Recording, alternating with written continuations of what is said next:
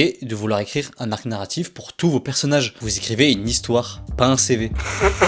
Semblerait-il que les scénaristes ont développé une passion folle à l'idée de détailler la vie de chacun de leurs putains de personnages. Si vous en faites partie, je vais vous le dire gentiment, il va falloir que ça cesse. Avant que je retrouve votre adresse. Ne vous méprenez pas, j'aime voir moi-même des personnages bien écrits. Toutefois, j'aimerais vous poser une simple question. Lorsque vous décidez de développer un trait spécifique de votre perso, y a-t-il de près ou de loin une corrélation avec le dénouement de l'histoire? Si oui, bien joué, vous avez renforcé les enjeux. Sinon, super, vous nous avez expliqué pourquoi votre perso est HPI, mais on s'en branle. Comprenez que votre spectateur, ou votre lecteur, n'est pas à la recherche d'un dossier médical, mais de l'histoire que vous leur avez promis. Faire cette erreur va simplement alourdir le récit et diluer l'attention.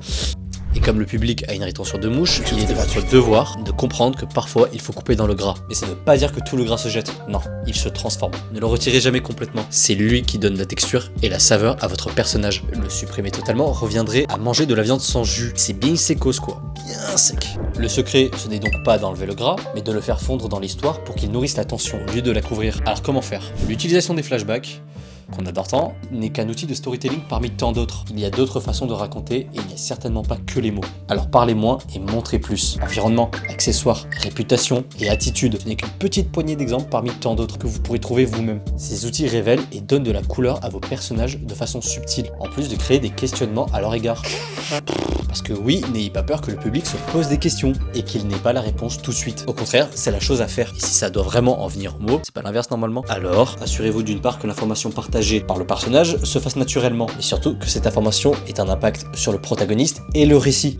Parce que n'oubliez pas, la priorité dans votre récit, c'est d'abord l'histoire, les personnages, puis le lore. C'est toujours dans ce sens qu'une narration respire, sauf quand les personnages sont eux-mêmes le point d'intrigue, un peu comme dans les séries canapé. Là on regarde juste des gens exister et c'est suffisant. Et si vous décidez d'inverser cet ordre, ce que je ne vous recommande pas de faire, certains médias s'y approprient bien mieux. Et lorsqu'on décide de tout mélanger, on obtient exactement ce que je dénonce dans la vidéo que j'ai faite sur le film de Demon Slayer. Une addition de flashbacks mélodramatiques que personne, mais alors personne n'a demandé, au lieu de se concentrer sur le fil rouge. Alors, pour vous prouver que tout peut se raconter sans un mot, j'ai moi-même glissé un détail dans cette vidéo, involontairement quand même.